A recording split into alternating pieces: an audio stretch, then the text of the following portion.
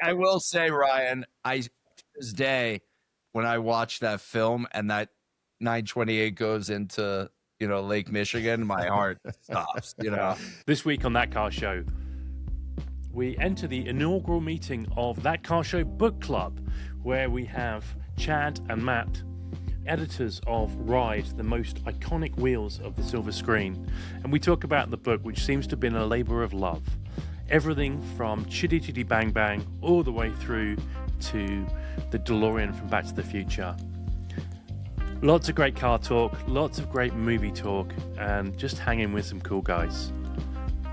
Tune in, listen, and enjoy. It's That Car Show. It's That Car Show, and it's Dan and me tonight talking about a pretty impressive new car book that's out. It's called Ride, the most iconic wheels of the silver screen, and that's exactly what it is. It's 34 of the most memorable cars ever captured on film, and I think one motorcycle, and an exceptionally well-executed coffee table book. And we've got two of the book's three editors here with us today, Chad Oppenheim and Matt Stone. Chad is an internationally renowned architect and speaker with studios in Miami and Basel. Matt's a journalist and broadcaster. He's also the former editor of Motor Trend Classic magazine.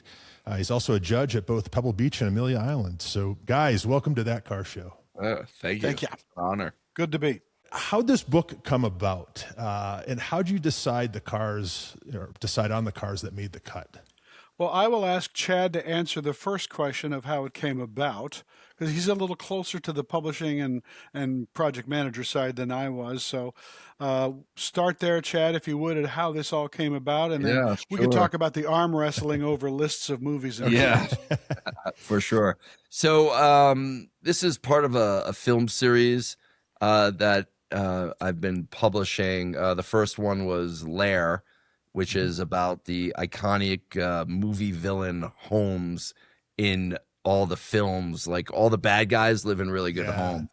And then the follow-up to that was this idea of a car, motorcycle, vehicle book from films. So it's part of a whole series of books where we look at different aspects of film, mostly design-centric, architecture, cars, automotive design, and really uncover and go really deep dive into a lot of fascinating information that people don't generally know about these incredible things that they've grown up with.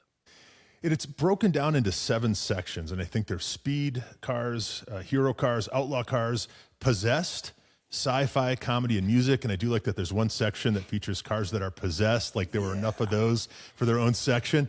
But beyond that, they're the cars you expect to see, right? Like, there's the Back to the Future DeLorean. There's the 59. I always knew it was a Cadillac. I guess it's a Cadillac Miller Meteor, which must have been like an outfitter or something, right, from Ghostbusters. And, of course, James Bond's Aston Martin DB5. But they're also what you might call some deep cuts. What would you call the deep cuts maybe that you included? Matt, cuts. Define me deep cuts.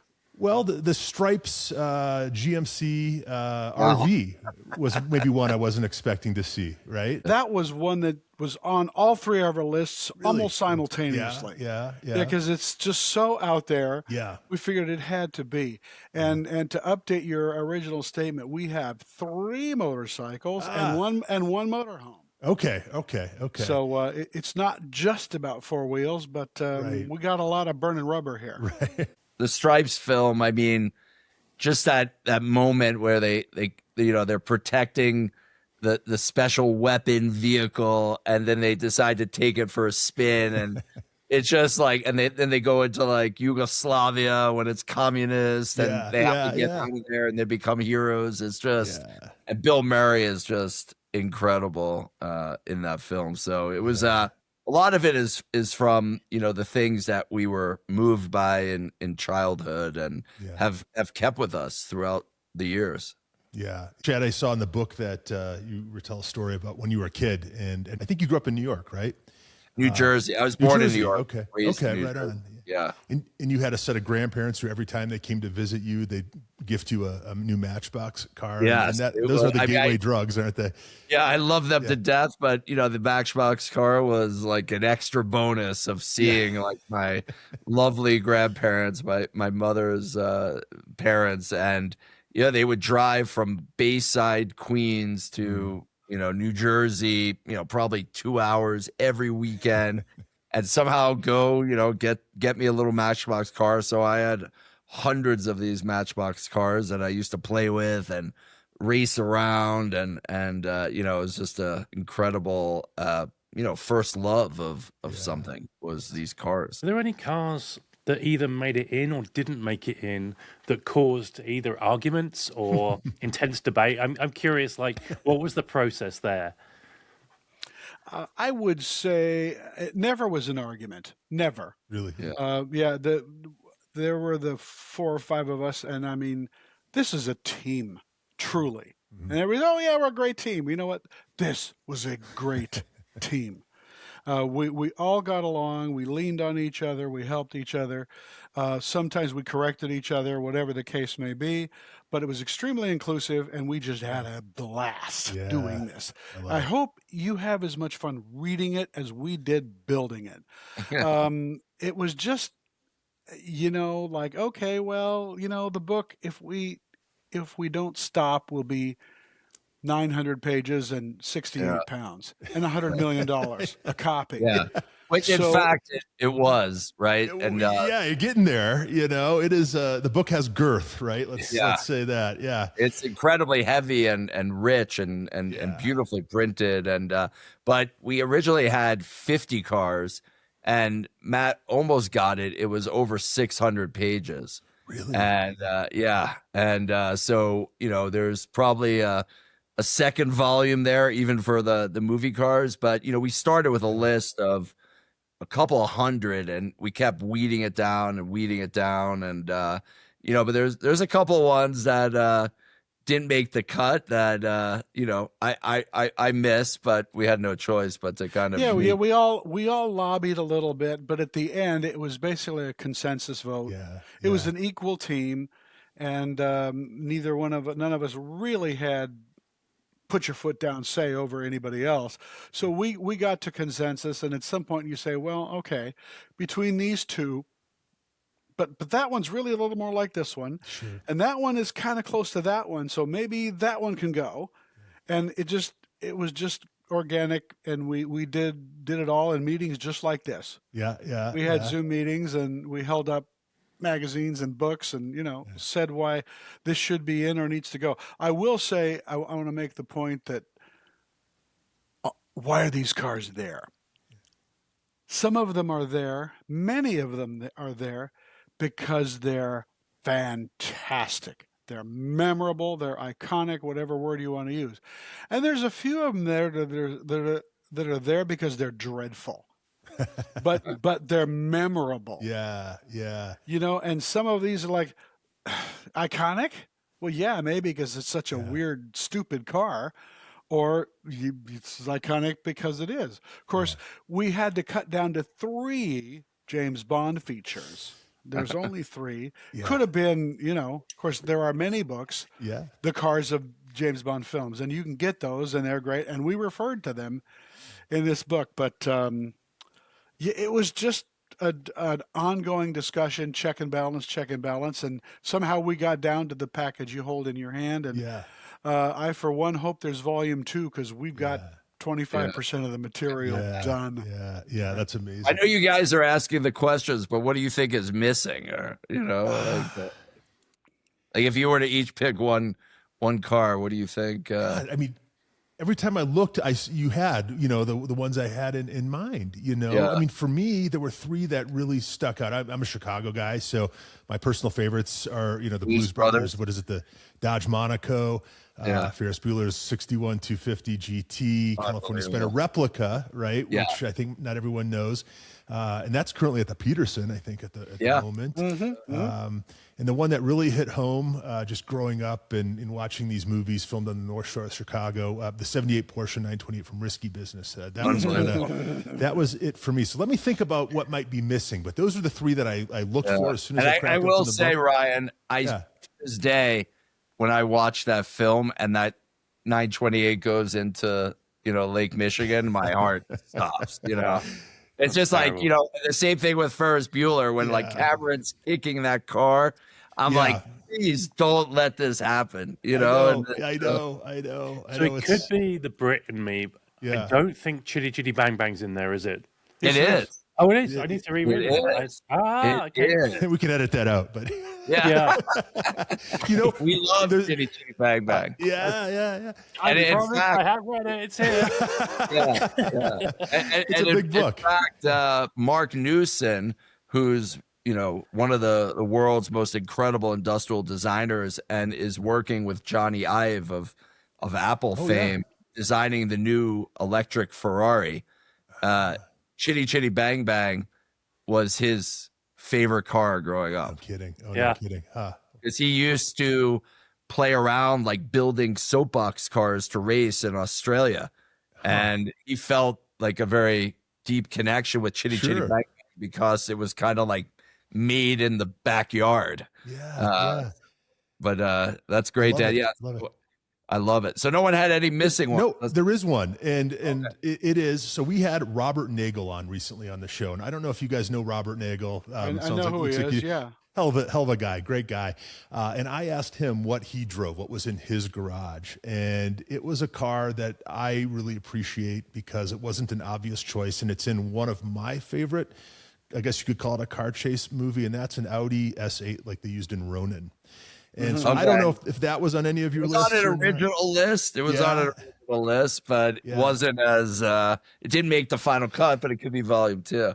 Sure. Yeah. And to be honest, it probably doesn't fit with these cars. It's not quite the icon. It's an icon for some of us, right? How about you, Dad? What do you think? Not Yeah. to mention the Audi in iRobot.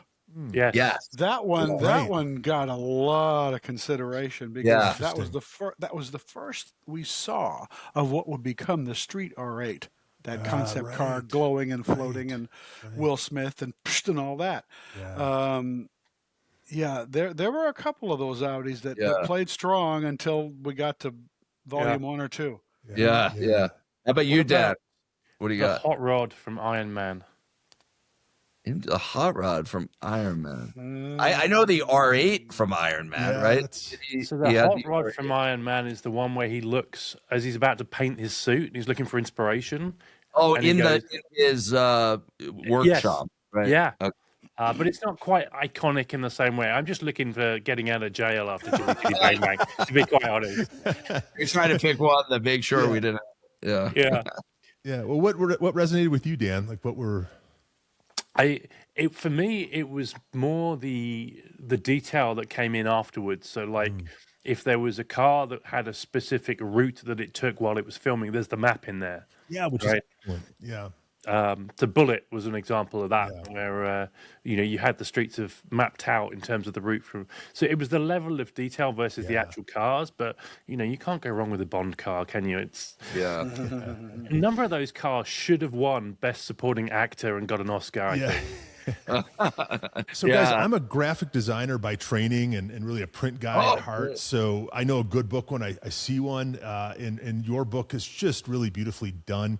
I don't know what they call it, but whenever you have the silver on the edges of the pages, Foil, there's a the silver foil. Yeah. foil, right. It's always a good sign, but it's really a visual book with a ton of photos and what was that process like tracking that stuff down and then I guess getting the rights to use these things too? It must have just been. Yeah. Well, I will say that there is one person who is not often mentioned, but is the probably most important person in the book itself, and it really made it happen. And it's the publisher of Tra, who actually did all the graphic design by herself, the entire thing, did all the screen captures and found every image, corralled myself, Matt, and Chris, 3 wild cards, into making this book in a really compressed time. And I also say she's my wife and soulmate. So, we, but she watched all 50 films because there were 50 in the beginning. Each one took her 3 hours because she would screen capture things, and then she coordinated with the artists. She laid out all the graphic design, and it's my wife Ilona and Matt. I don't know. I leave it to you a little bit.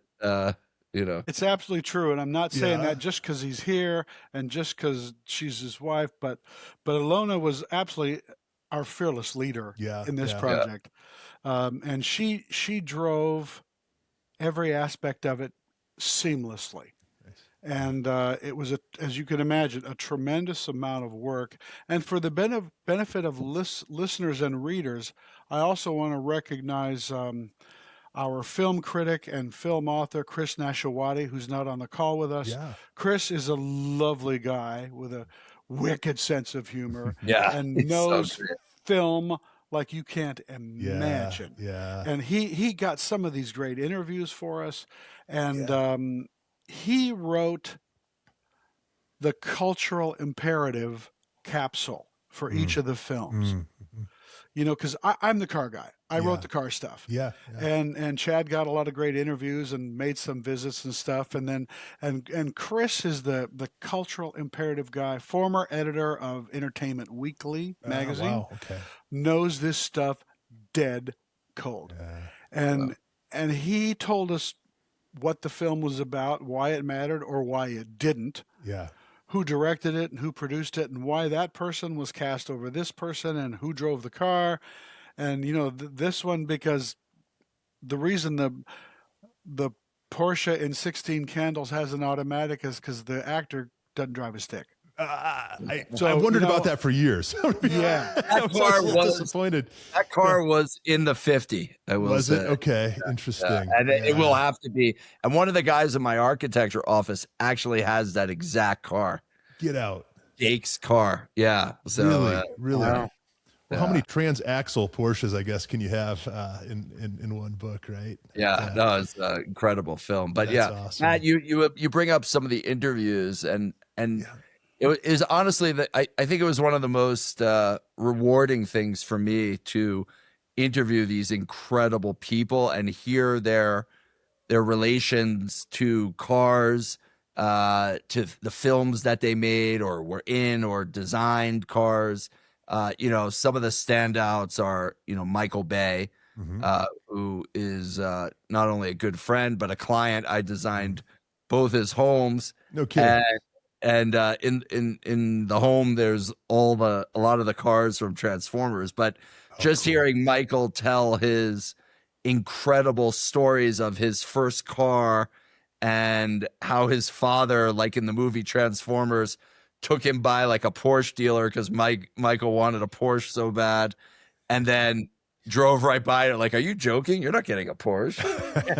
You know, so, but it's just like, I mean, it's really, you know, these interviews are incredible. Yes. We learned Yes. so much from these people, and they really opened up. So a lot of nuggets in there.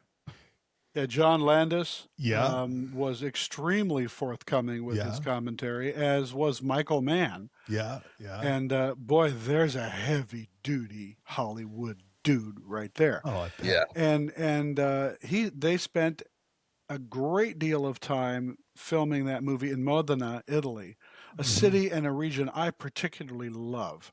I love Modena. I mean, if I die there, don't move me because I'm already in heaven. Nice. I'm already in heaven. Yeah. Yeah. But Michael and I were talking about restaurants we both ate Really? at you know, because he's there with the film and I'm just there on Yeah. vacation and screwing around with my car friends, and Yeah. we went to the same restaurant. We just didn't know it. That's cool. And it was But great. I mean, yeah, that these guys interview were with- great. Yeah, the interview with Michael was one of the few, Matt, that we all were there and did in person. We were at his production office, and Michael's also a good friend. You know, I grew up watching Miami Vice, and Yeah. when we do the TV version of this book, which we hope to do, the Ferrari Daytona is going to be in that book. Yeah. And you know, it's that was like, you know, so I grew up in New Jersey, and I dressed like Crockett at my 8th grade graduation. You know, and that's how I actually ended up in Miami, by watching Miami Vice, and started my career there.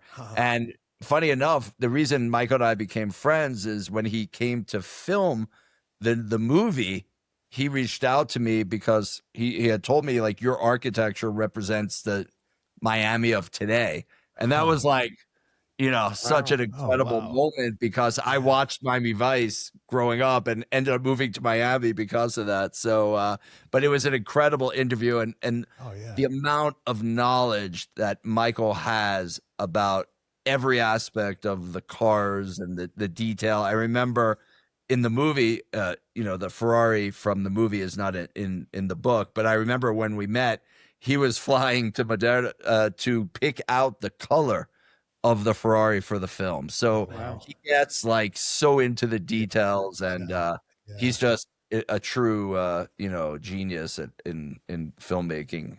That car show is brought to you by Sheffield Watches. The Sheffield watch brand has a long and storied history, but it was revived a couple years back by our good friend and true car guy, Jay Turkbus. Jay was gifted a Sheffield watch by his parents when he was a kid, and he still has it to this day. Jay wanted to make the same experience available to all of us, a reasonably priced, high-quality watch that endures and that we enjoy sharing with our fellow watch enthusiasts and car people. From divers watches to watches designed for travel to collaboration with automotive pals like Spike Ferriston and Jay Leno, Sheffield has a watch for you. Find your own Sheffield watch at sheffieldwatches.com and at Sheffield_allsport_watches on Instagram. And let Jay know you heard about Sheffield Watches from That Car Show. That Car Show is proud to partner with Drake Motorcars. Drake Motorcars is Denver's premier destination for exactly the kinds of vehicles that we like here at That Car Show.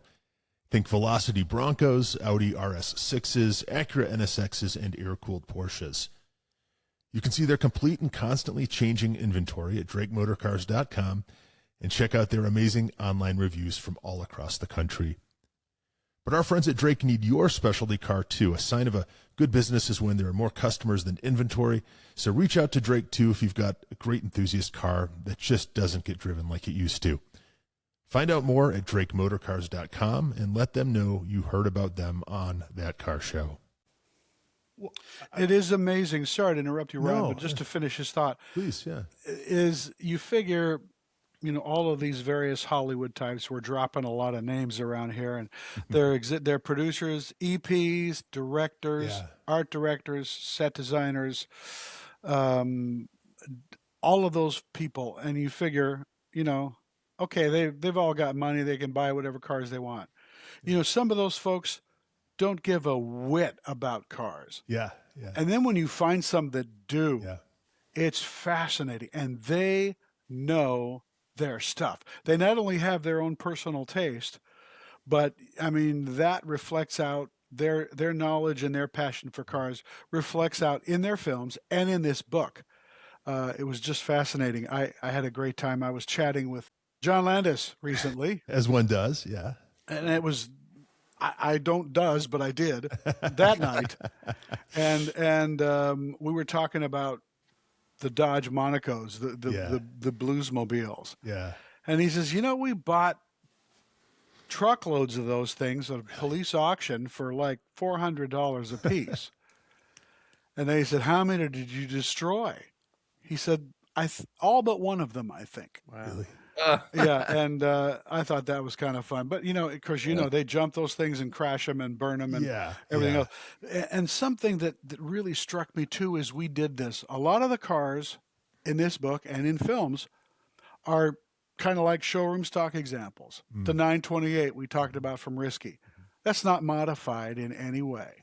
It's a stock 928. Wonderful thing, wonderful car. Then you have cars like most of the modern Batmobiles, let's call them, and a whole lot of others that are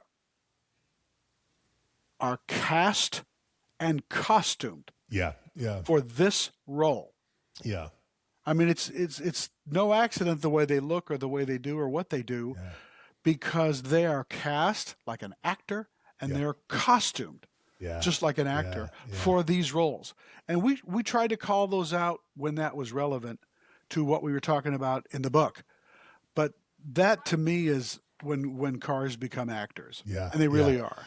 Yeah. Well, let's talk about that if we could. Car casting, the importance of car casting, because there's nothing that'll take you out of a movie faster, at least for a car guy, right, than the wrong car in the wrong era, or just a car that doesn't fit the personality of the, of the protagonist or what have you, right? So maybe some bad examples out there that spring to mind. Oh, there's a bunch of them, and I'll tell you. And my wife she laughs at me because when I see the wrong car, the wrong year, the wrong something for context in a film, I mean, my butt comes right off the couch and I go nuts. Yeah.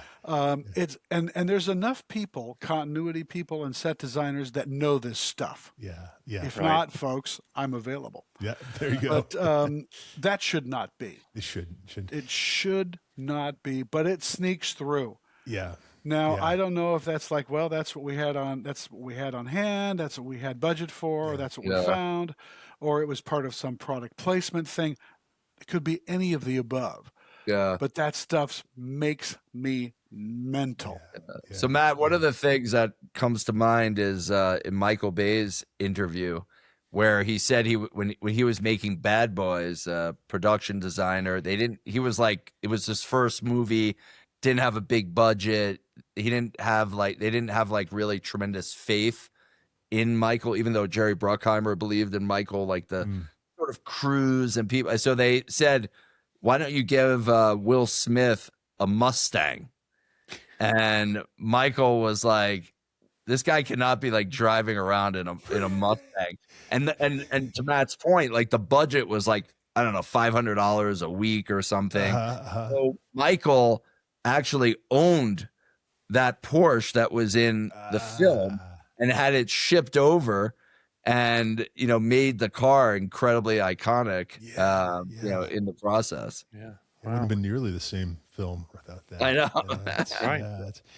I got to give special credit to the movie Boogie Nights, which I think is some of the best car casting in anything I've ever seen. I can go on and on about just what a wonderful movie that is. Volume 2. Volume 2. Okay, good to know. And I mentioned Wes Anderson. I don't know if that was before we started recording or not, but he always does a really good job. The movie Rushmore with the Mercedes 300 TE, the wagon, right, for the teacher. I mean, it's just that was exactly the right car, and it just it really just puts a bow on a movie like that. Yeah, and I think Bill Murray was in that, right? And he had like a Rolls Royce. Yeah. Well, Bentley. Yeah, I think it was Bentley, right. But yeah. And he's sitting just there like with this the right color, the right, just right. We're sitting there with his two boys in the back seat, the redheaded twins, and he said, "Never in my my wildest dreams or whatever." Paraphrasing, did I ever think I'd have kids like this? And it's just like it all just came together just so perfectly. Yeah, absolutely. no, for sure. And then Michael. Sometimes it really works. Yeah. I mean, it makes the film. Go ahead, Chad. Further, because Michael gave a lot of really interesting insights, but, in Transformers, how he casts the cars, and he spoke about Bumblebee and how Bumblebee was originally in the cartoon a Volkswagen Beetle, and how he went into General Motors and saw this sort of prototype that they weren't really going to make for the Camaro, and he worked with them and and helped design and finesse things. And then ultimately they produced the car because it became such a big sensation. Wow. So, really. And then there's another funny story that Michael speaks about is that he feels like he's made GM billions of dollars because of that. And then he ended up, I think he said he had Bumblebee. So funny enough, when we designed Michael's house in Los Angeles, we had like a prop museum in the lower level, and we have Bumblebee on a turntable because Bumblebee paid for the house. Wow. And but the funny part is that the CEO changed somewhere along the line at GM, and they came to Michael and they said he stole the car. And they asked him to buy it, and it was quite expensive. I think it was like $250,000 or $500,000. And he was like, "That's the last time I'm ever using like a GM car in my film." Wow. Yeah, That's amazing. But it is in the house. Yeah. What? Say it again. Sorry. It is in the house. That's so cool. So which I guess came first? These relationships with these directors, or the architecture. Like, what was your entree into, I guess, the Hollywood designing for the Hollywood scene? Yeah, I would say that, Michael Mann, Michael Bay, became friends through my architecture practice. And then Mark Newson, we just had some mutual friends in London. My son ended up actually working for him this summer in London. And that was a lot of fun. Dennis McCarthy, who does all the cars for the Fast and the Furious. That was someone that I just reached out to. And then, we have Stephen King, who come on, is an incredible, what a incredible honor. And John Landis. So Chris reached out to them. Matt had the relationship with Jay Leno, which was an incredible contribution to the book as well. Yeah, really liked his intro. I thought it was really heartfelt and genuine, and And you also had people from the world of motor racing. You had Jeff Gordon, was it? That's right. Jeff Gordon. Jeff Gordon. The way I connect, he reached out to me to have us design a home for him in Colorado. And we became friendly through that. And he's just an incredibly great guy, and just obviously legend of the track. And so and he talks about the Disney film Cars, right? Yes. Yeah.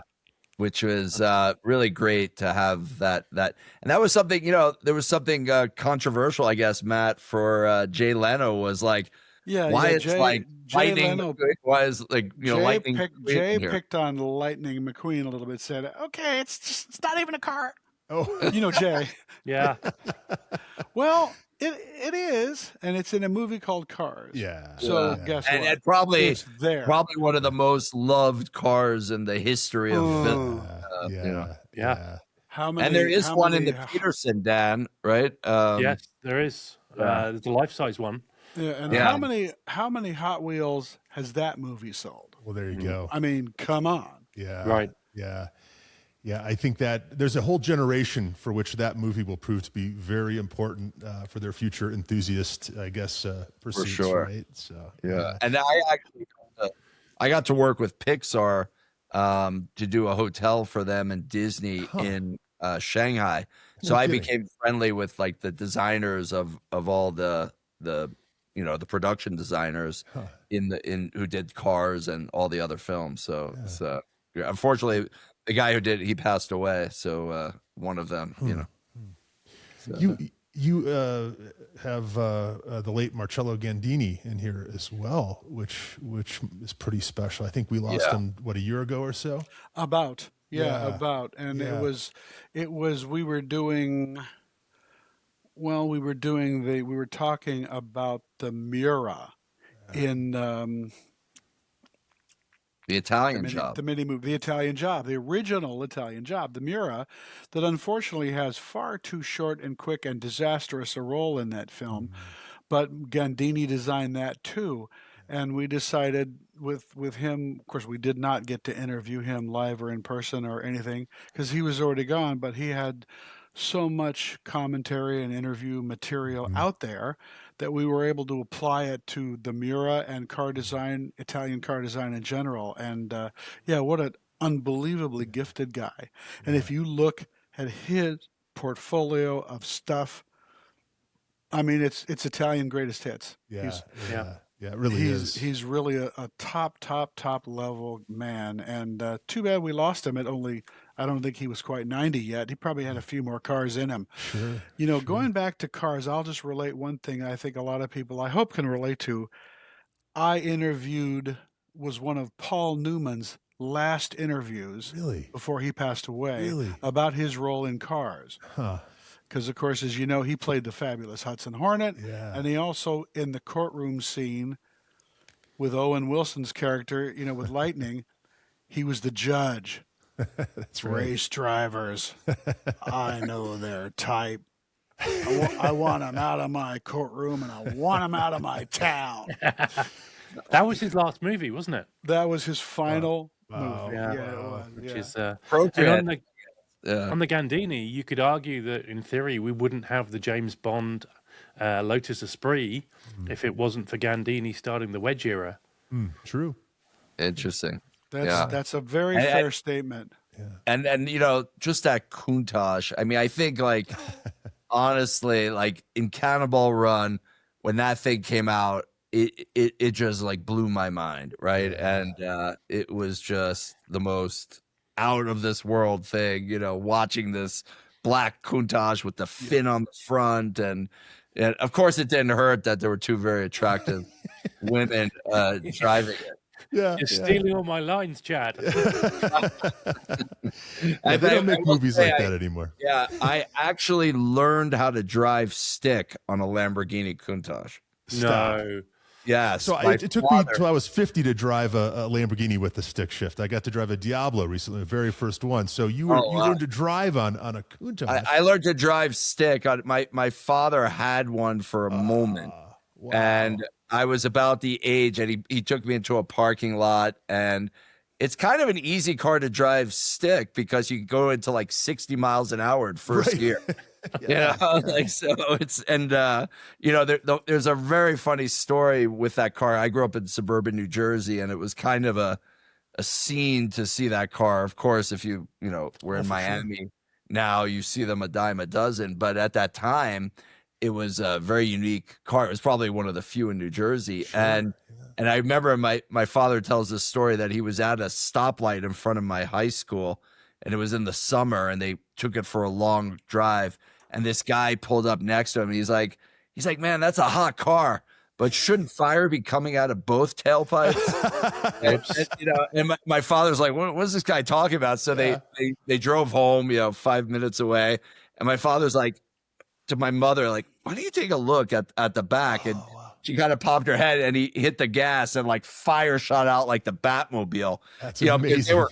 They were carburetor engines, those old ones, and they were always flooding, and you know, so it was a lot of fun. That's I fantastic. only drove it once. That was it. Well, it's one more time than I think Guy or Dan ever did. Yeah. So did you have other cars like that growing up? And Matt, too, what did you grow up with in the house? My dad was a car guy from way back, and you know, he had Fords and hot rods and all kinds of stuff, and then got into sports cars in the late 50s. And I'm an omnivore. You know, I eat all meats, and I think that I garnered that taste from him of learning to find something to appreciate, if not understand, about most any kind of car. I mean, I love old trucks. I love Ferraris. You know, I'm an omnivore, and we always had cool cars around.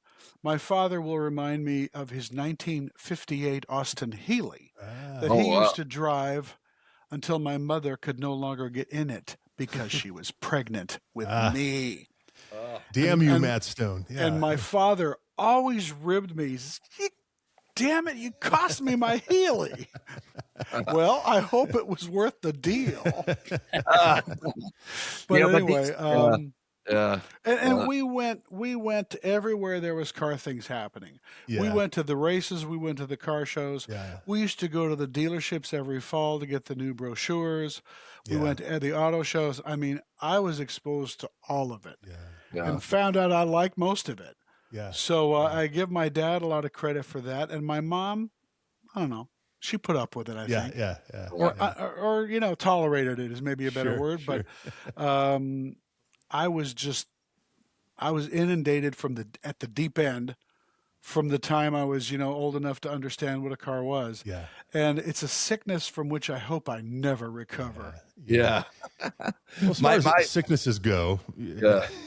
Sorry. So my father, there's like a legendary story that, so my father grew up with like no money whatsoever, but somehow his grandmother remarried, and her husband had some money, and for his 18th birthday, my great grandmother asked him, like, what would you like? And he's like, you know, I'd like a Corvette.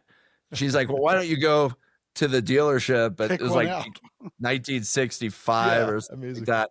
and he went and he like put every single option on it, and like he didn't even know how to drive stick, and it was like this legendary story, and I regret him ever selling it. But like when he made it on his own, because when he died, actually all the money disappeared somehow, because I guess he had a lot of debt. But when my father finally like went out on his own, he got a Cadillac Seville, and the pride that I could still smell it today, like going in, and he had like the those mat, like from the dealership, like we couldn't even take off the paper mats because, and we couldn't wear our shoes in the car, and it was like, and I remember it was like kind of like it was a silver Cadillac Seville with like a silver interior, and he was the happiest person in the world, and but that was kind of his thing for a while, and then somehow when the Italian lira like devalued, my parents ended up going to Italy, and he bought like for probably hardly anything because the lira was like devalued. He bought a Ferrari Mondial. Oh, no kidding. And then somehow he got it, and he didn't like the way it drove, and then ultimately got that Lamborghini for a couple of years. Okay. And then sold that, and now he drives an Audi Q5, so it's not that not that exciting. He's really made it. From a fellow Q5 driver.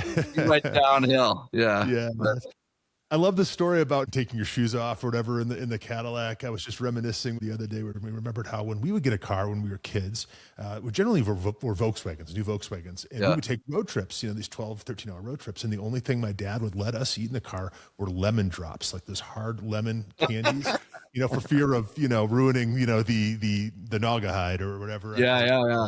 Diesel. Well, we had a car that we did a lot of road trips on. So we would go from New Jersey to Vermont in the winter to go skiing, and we used to fly on People's Express. I don't know if any of you guys know what that was, but it was the airline where you like paid when you were on board. They had like a credit card machine, and then somehow we just got caught in the snow.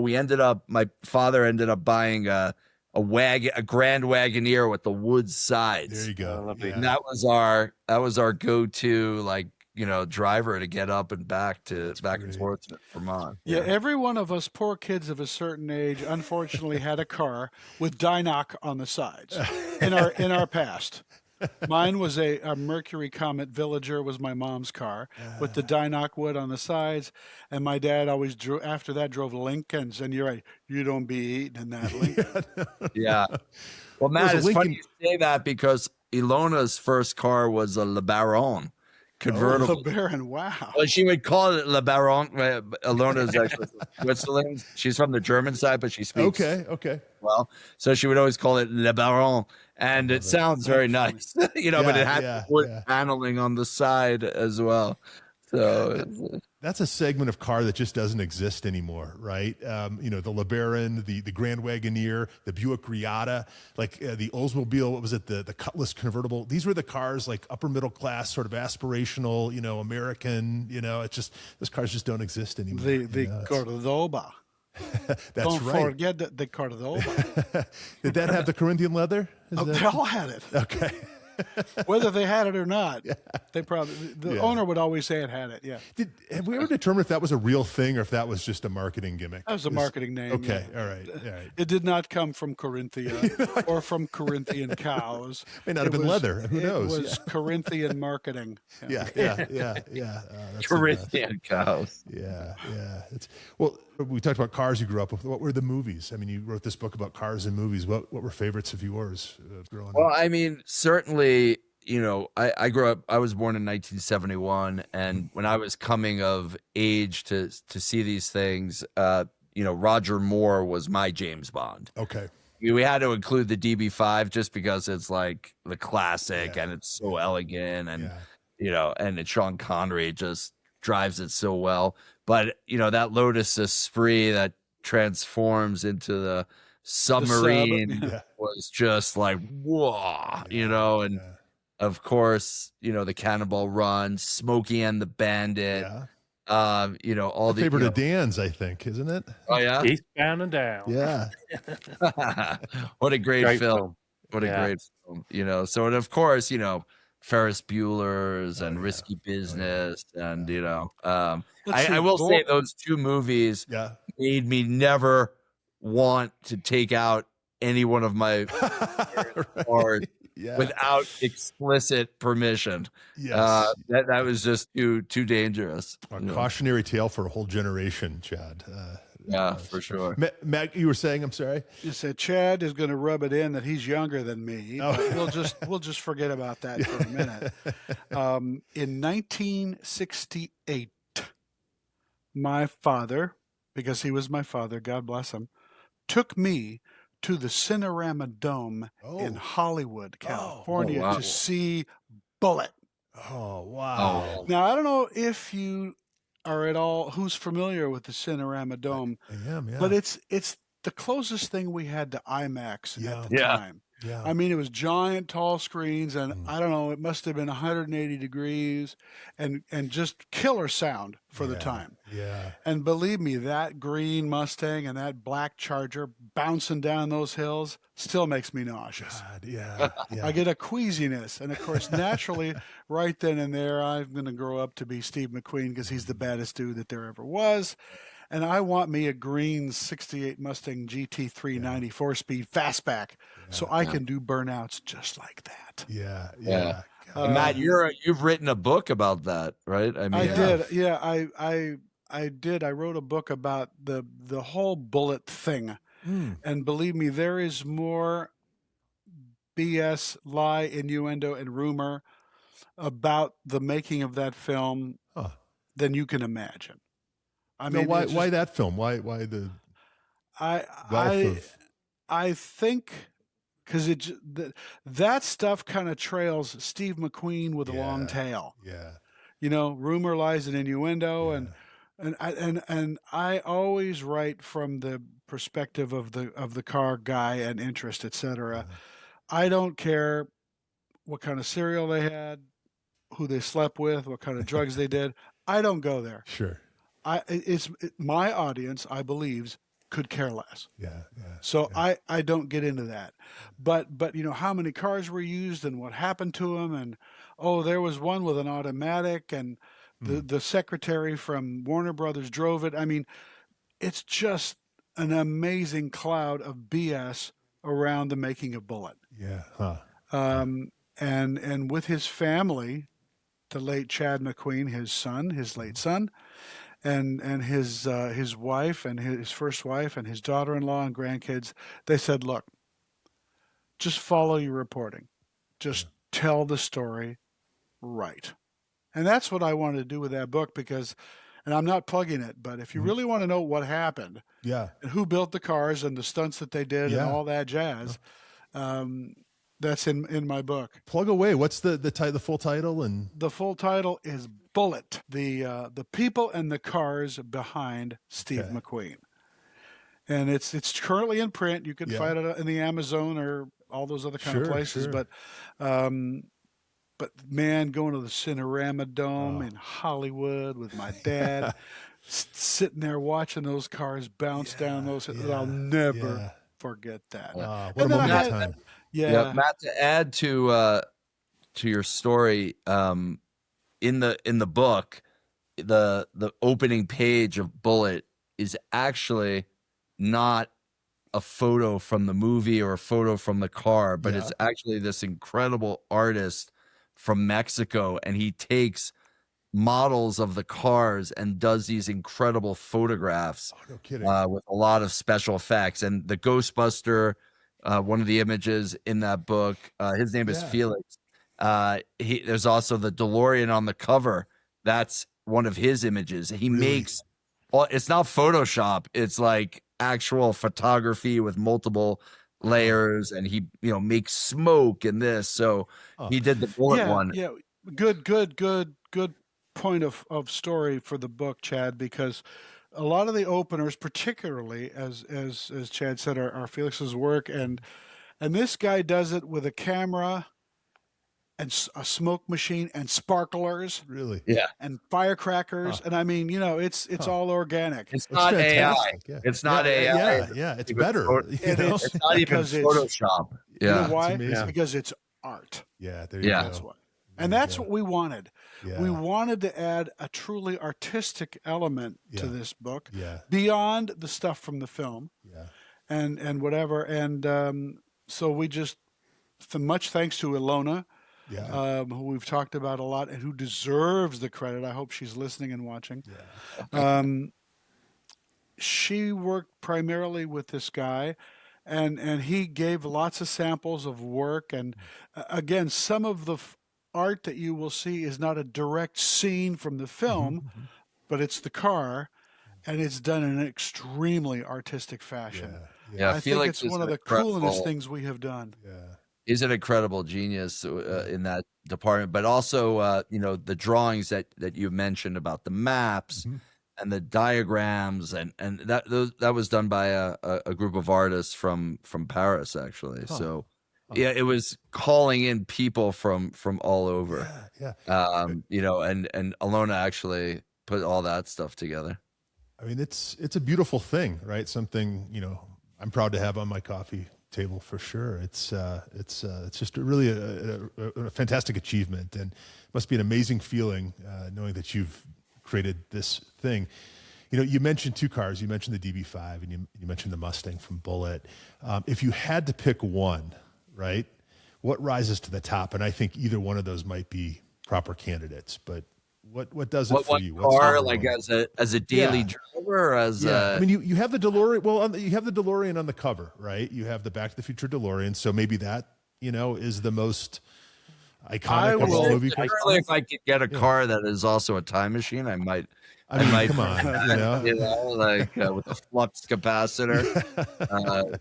I very personally believe, even though I wrote the book about Bullitt, that the absolute quintessential ultimate the knee word, plus ultra movie car is the DB5.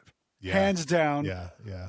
Stop from there. A lot of other great ones, but nothing set a high water mark for class and cool and bitchinness and creativity and everything else for a movie car that truly was cast, costumed, and built for that role, and stole the film in the process.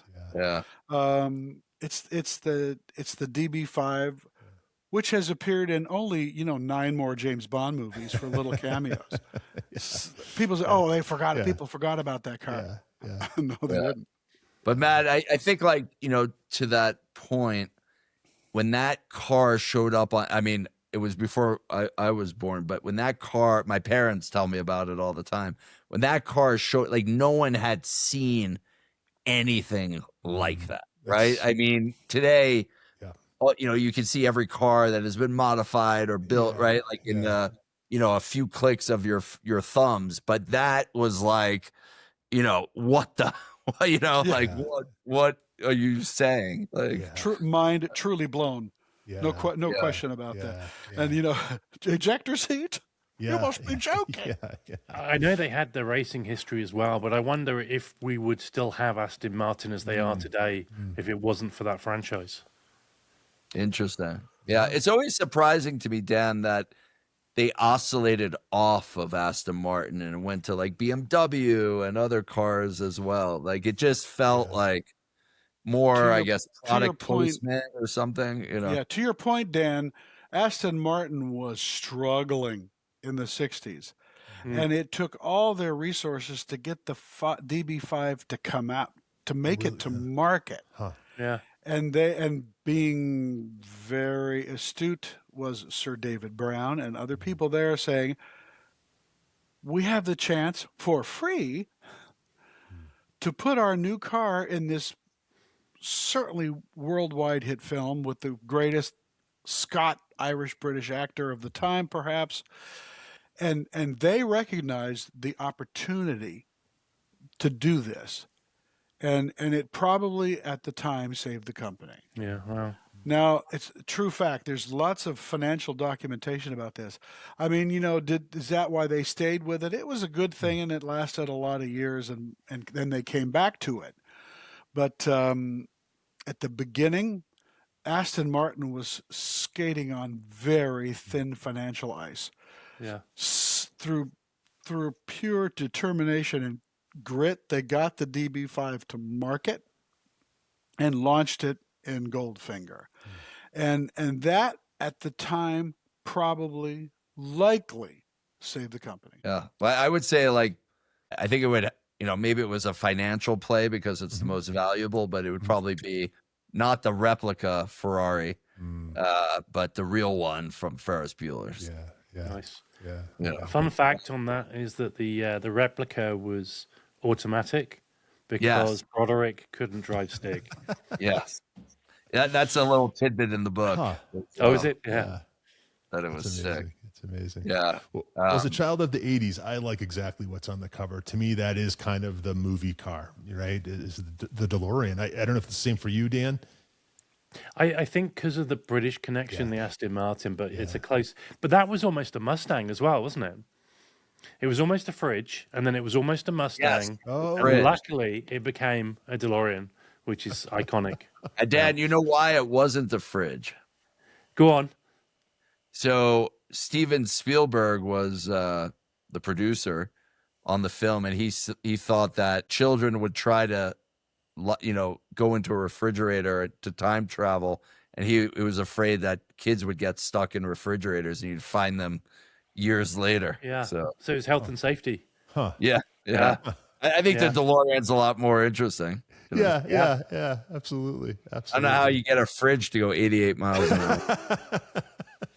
And it was probably tough at the time to get a DeLorean to go 88 miles an hour. Yeah. In such a short little space of that street. Sure. But yeah, movie magic. That's an example of a car that, the performance doesn't necessarily match its visual power. Yeah. Right. Well, what's next for you guys? Where do you go from here? This seems to me like it's maybe the second in a series. We talked about Lair. We've got Ride. Is there something I think up there's next? Ride Volume 2, probably. Okay. And then there's a Ride about television where the small screen. If that's a fair analogy anymore, because some people have screens that are not small. That's the truth. But no matter, icons of the smaller screen. I mean, we could start with the original Batmobile and have a list of 150 like that, and we've all fantasized about it and thought about it already. And I would say Chad's correct. If logic followed process, the next would be another Ride 2.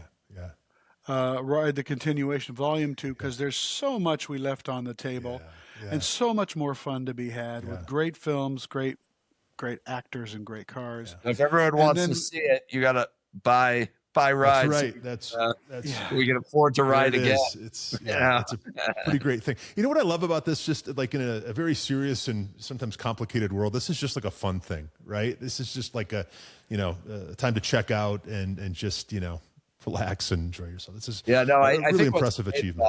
It's like obviously the cars, but it's also like the films and I think that's. It's really right. Given your graphic background, it's really a truly beautiful page turning experience, and we're really excited about it, and love to turn through the pages and go back and feel the emotions that we've all felt for all these films and these experiences that kind of combine, to make a incredible moment in books. A friend of mine who just got the book a week or so ago was talking to my wife today and told her, says, after reading about this segment, I want to go back and watch the movie. Yeah, that's what I found. I forgot about that. Or I didn't know that. And I've never seen that movie, or I didn't know about that car. So we all celebrate with film, and I live and breathe cars 24/8, and this is absolute celebrational joy for me, and I think it was for the rest of our team. We had such a blast. Yeah. If you have as much fun reading it as we did doing it, then we've done our job. Well, celebration is the word. And that's what this is. It's a celebration of Cars from the Silver Screen. Well done to you both and to Chris as well. I'm sure there are a lot of folks listening who want to buy this for themselves or maybe gift it. Holiday season's coming up.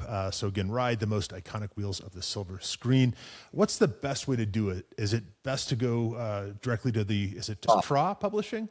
TRA Publishing.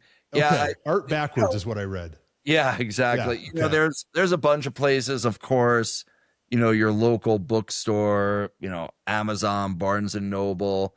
TRA has some limited edition ones with a slipcover that cool. I don't know how many they have left, but on their website it's there. And then, if you can go to the Peterson Museum and buy an autograph book by Chris, Matt, and myself. Nice. In Miami, there's a lot of local bookstores like Books and Books. It's in everywhere. Miami. One that you'll know probably, Dan, in Burbank is Auto Books. Are you familiar with Auto Books in Burbank?